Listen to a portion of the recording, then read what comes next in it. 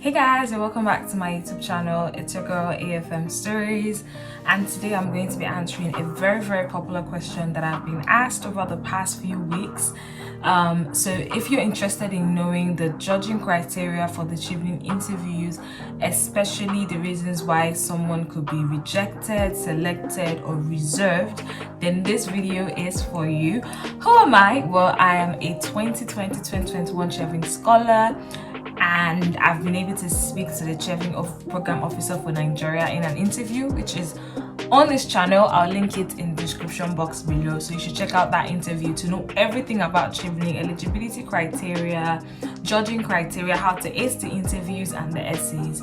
But today I'm going to be breaking it down for you. What were you judged by, or what would you be judged by at the interview, and what could be the possible reasons why you could be on any of the spectrum: selected, rejected, or reserved. Now I must add that these opinions, or the things that will be shared in this video, are literally my own opinion and not that of the Foreign Commonwealth and Development Office. I am a Chevening scholar sharing about my experiences.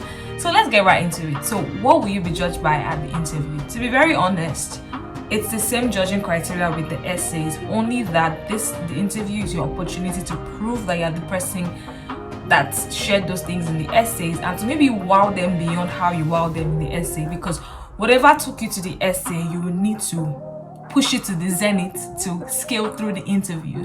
And there are multiple reasons, multiple ways a candidate could do this. So usually they ask you a series of questions. Some people, they ask them as little as 5, some people they ask them as much as 10. It really depends, but what they are trying to find out is how well you can answer questions around leadership, networking, career, and study in the UK. Some of these questions, some of these criteria, they might actually ask you 2 or 3 questions which are actually still related to those criteria, and then they will now give their final decision. So they usually judge at the interview based on 4 points. So there's point 4, which is excellent, point 3, which is very good, point 2, which is good, point 1, which is poor. Obviously. And to be honest, I feel like for you to get selected, it's best you get at least 4/4 in all the categories, or maybe 4 in 3 and then maybe 3 in 1. But because of how competitive the interview is, you need to ensure that you put in your best, so you said the right things. And I'm sure you're wondering, okay, what are the right things? So that's what we're going to be talking about. So usually when they ask you the first question, tell us about yourself, what do you do, that question is not graded, but then that question can inform how they will judge you across board.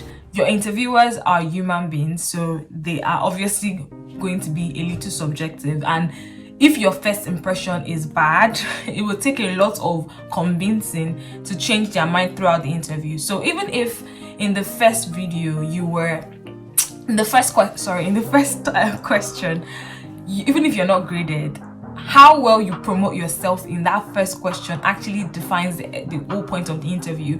I've conducted a lot of mock interviews for aspiring scholars, and I know, like, now I understand why some candidates get selected and rejected. So I've seen people come for those mock interviews. Some people look like they're uninterested, so they talk in monotone. So I'm not saying that obviously everybody has different kinds of speech patterns, but irrespective of your personality, when you're passionate about something, it's going to be very obvious. So for example, when they ask you the first question, tell us about yourself, some people will be like, my name is Faith, I do this, I do that, I'm passionate about this, my life is this.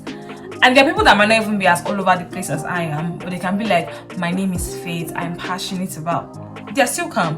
But then there is, my name is Faith, I'm passionate about it, and I believe, they're already logged off. So anything else that you want to say, guys, is gone. So reflect on how you answered the first question. That could be what made or break you, or what could make or break you, depending on if you're intending to go for an interview. So that first question actually sets the pace. Now the next set of questions they're going to be asking you be around the essay. So when they ask you for leadership examples, now they can word those questions in different ways. Some people, they ask them, give us multiple examples. So you're actually supposed to give multiple examples, maybe 3 examples. But the biggest problem in giving multiple examples is some people give a large amount of examples and they don't even explain the examples. So when you're talking about leadership, you have to show that either you were in a leadership position, you initiated something.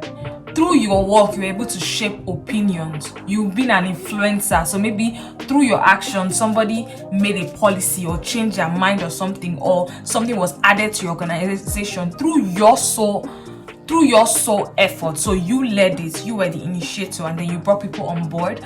So that's 4. Or you are the head of an organization. So that's 4.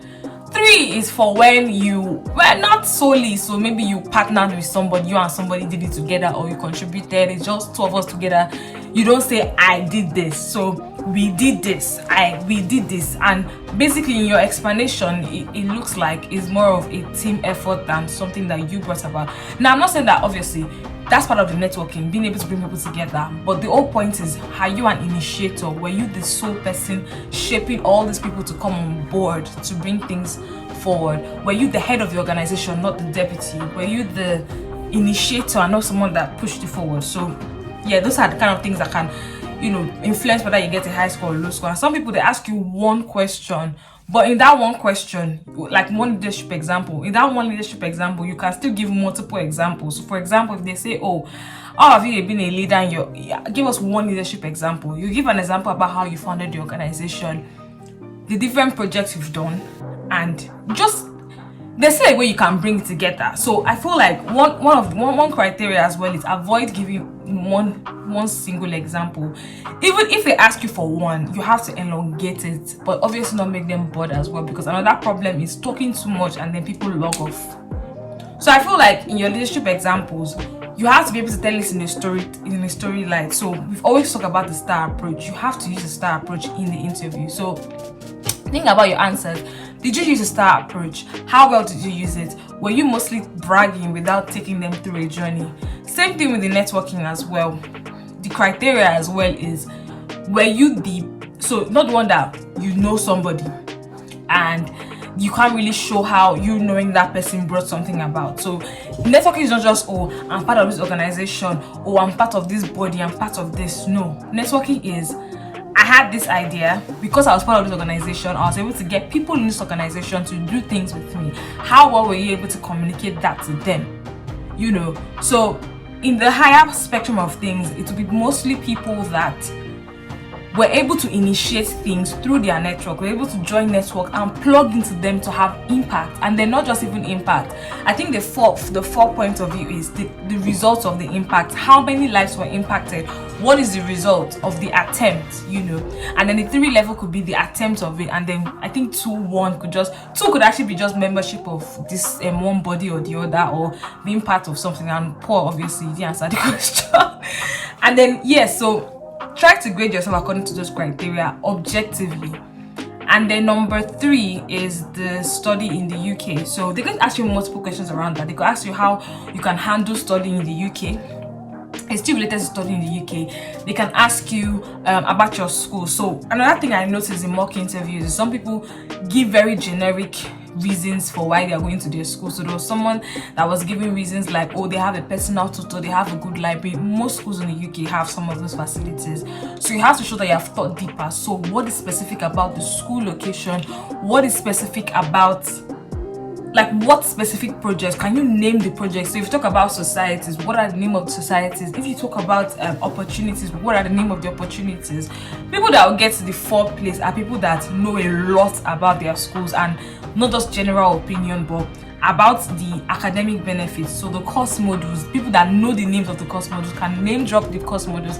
In my own interview, I think I listed all my course modules, like every single one, for all this. Okay, not for all the schools. For the first one, that's my first choice, DMU, and then the second choice I listed, I think 50 to 60%, and then the last choice I named all of them, but obviously I could not explain them. So you have to be able to show them that you are a walking encyclopedia of your school. Do you understand? Of the different schools you are choosing, and there has to be a logical reason for why you put one as first, second, and 3rd choice. So they'll judge you by how well you spoke about your school, how well you know lecturers. So some people even name drop lecturers. Do you get? You just have to show that you have to educate them about the school, because I'm sure that, because in my own case, one of the persons that interviewed me, she's someone that works in admissions in the UK, and so she knows about this school, but you have to sell the dream to her. Do you understand? Or him, or whoever the person is, So how well did you sell the dream? So I feel like they rate it according to how much you know, how much you're able to fight, how much you're able to tell them this as well. And also to the question about how you can handle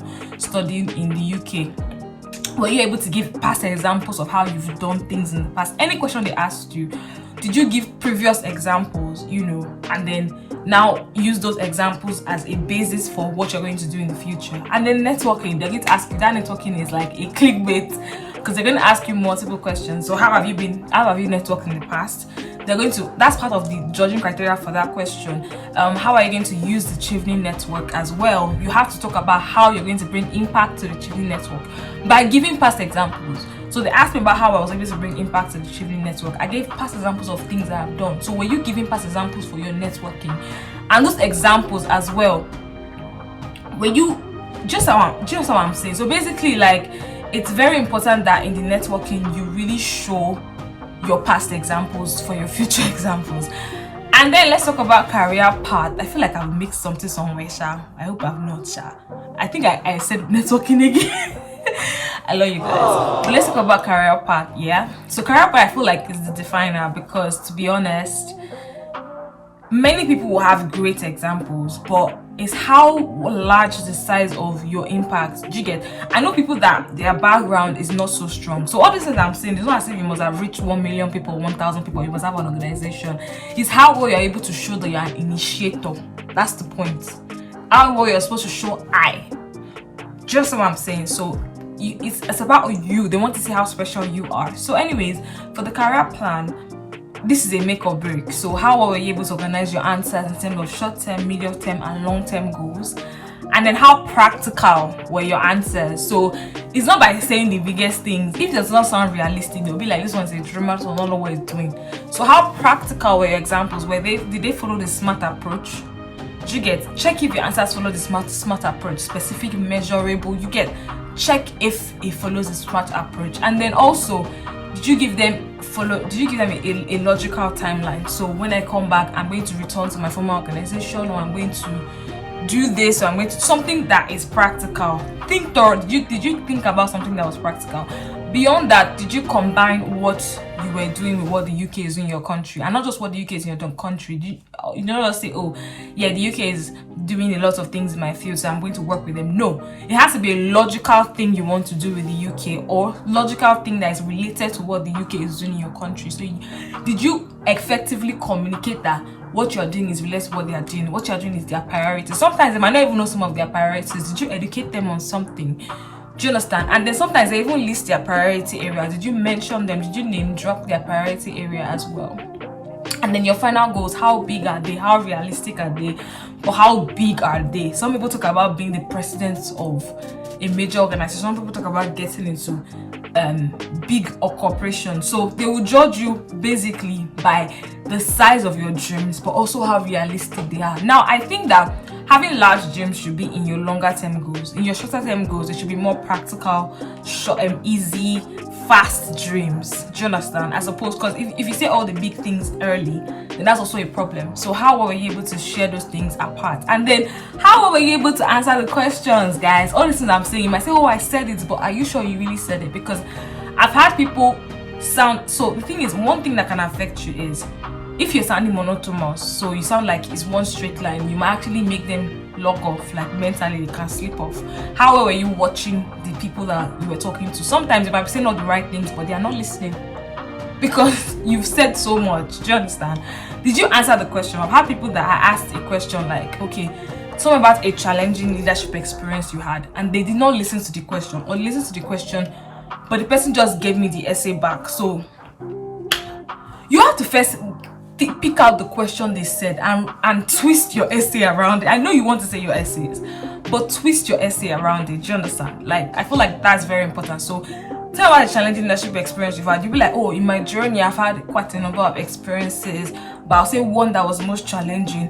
Because if you give an example just because you want to give an example and it's technically not challenging, do you understand? And then you could have an example that it's not challenging, but how you narrate it feels challenging. So a lot of people didn't answer the questions. They went to the interviews with the idea of this is what they are asking, so I'm just going to plan answers in my head and cram it and say it. I feel like that's also something that affected people.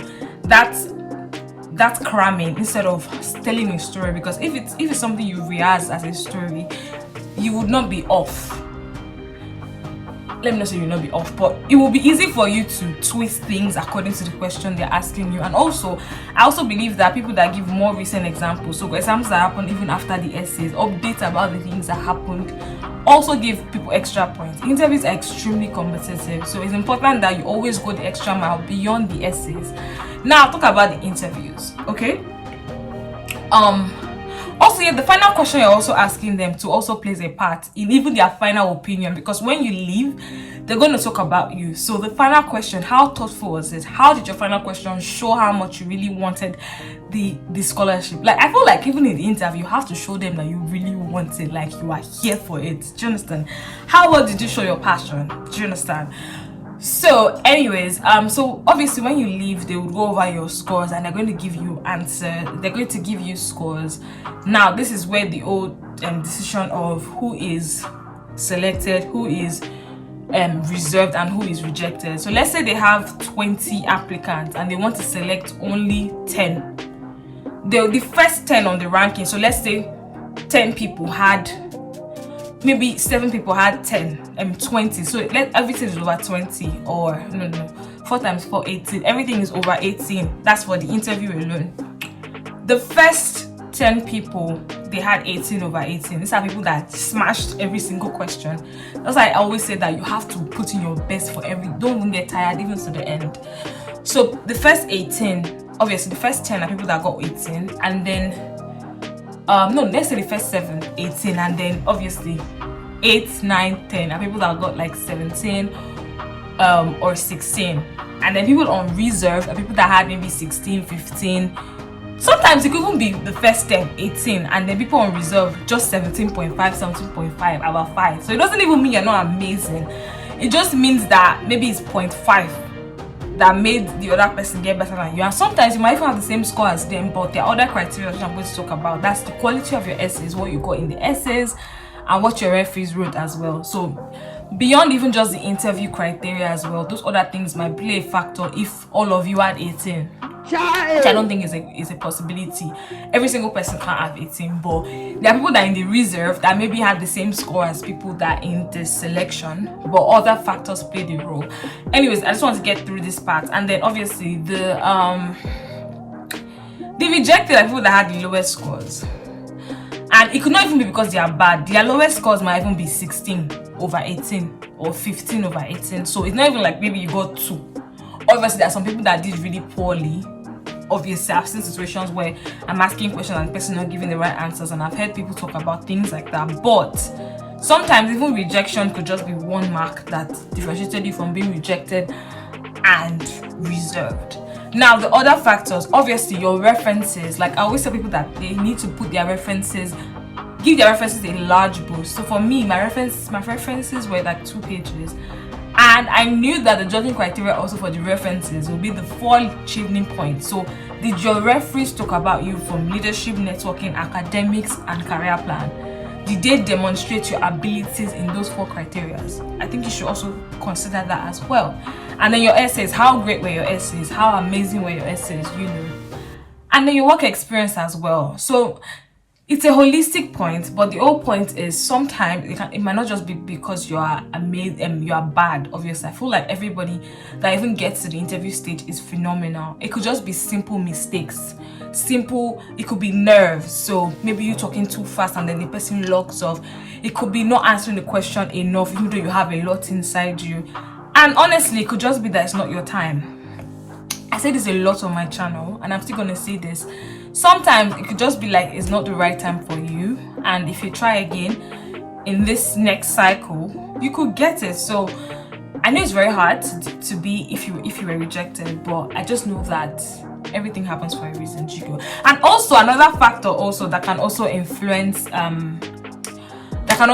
your selection or rejection, I forgot to mention, this is very important, is availability of funding. Sometimes there could be all from selected to reserved may have the same scores, but they only have money for 5 people. So sometimes you might even be extremely amazing, but they just don't have the funding for you, and so they have to use different criteria to maybe remove you. I also believe that the course choices as well, I think more unique courses also get a higher chance. Not always get a higher chance, but maybe in those deciding factors, more unique courses, because I've seen trends of people studying quite the same course. I'm not saying you should change your course, but I'm also saying that could also be a factor. Also, how relevant it is to the UK priority areas as well. It's just like, it's also very important as well. So there are other factors that could have influenced it, and there's also subjectivity. Maybe you did perfectly, but there was just somebody that that was just being difficult. There are certain panelists that might not just like you, and unfortunately they could have influenced your results. You get. And see, there are many possibilities, but the whole point is, how well did you answer your questions? How well did your referees promote you? What was the availability of funding that they had? And then your course choices and how it relates to the UK government's priorities. So I really hope that this video really helped you in explaining the results, and maybe helped you to alleviate some of your questions. If you have further questions about the Chevening interview results, you could just drop it in the comments.